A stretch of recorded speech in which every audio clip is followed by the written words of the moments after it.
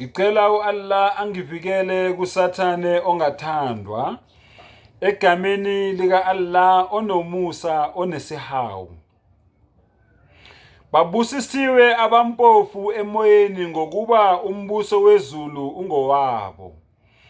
Babusisiwe abakhalayo ngokuba bayakududuzwa. Babusisiwe abamnene ngokuba bayakudla ifa lomhlaba. Babusisiwe abalambele bomele ukulunga ngokuba bayakusuthiswa. Babusisiwe abanesihawu ngokuba bayakuhawukelwa.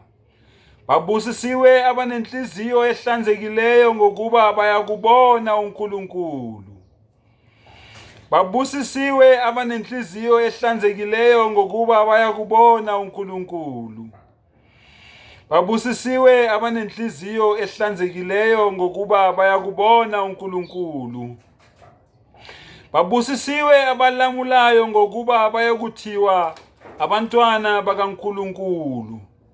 Babusisiwe abazingelwa ngenxa yokulunga ngokuba umbuso wezulu ungowabo. Babusisiwe abathukwayo. Nibusisiwe nxa benithuka benizingela bekhuluma konke okubi ngani. Baqamba amanga ngenxa yami. Jabulani nithokoze ngokuba umvuzo wenu mkhulu ezulwini. Ngokuba akugcini ngani. Kanjalo babazingela abaprofeti amanandulelayo. Akuqali ngani, akugcini ngani. Kanjalo babazingela nabaprofeti abanandulelayo. Awu bakithi, nina ningusawoti womhlaba. Kepha uma usawoti edumele, ubusawoti bovuswa ngani na? Akasasizi lutho, kuphela ukulahlwa ngaphandle anyathelwe ngabantu. Awu bafowethu, ingcomo lezi umdali uyasincoma. Nina ningukukhanya kwezwe. Umuzi owakhe entabeni ungesitheke. Nomuntu kasokheli isibani yasibeke phansi kwesitsha. Kodwa usifaka othini khona siyabakhanyisela bonke abasendlini.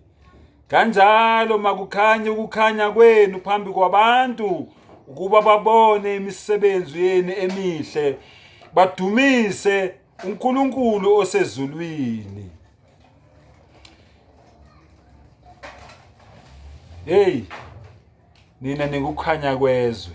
Ingcomo umdali asinika zona. Kuntum khayra ummatin ukhrijat linnas.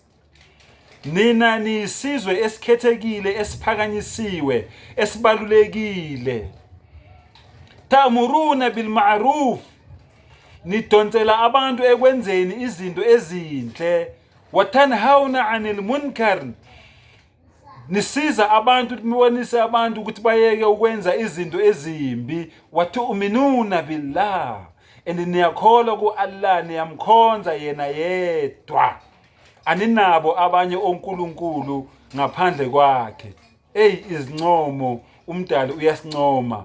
Bafowethu nodadewethu, asijabuleni sithokoze. Basibize ngazo zonke izinto kodwa silikhulumeni iqiniso. Wa akhiru da'wana anil hamdulillahi rabbil alamin.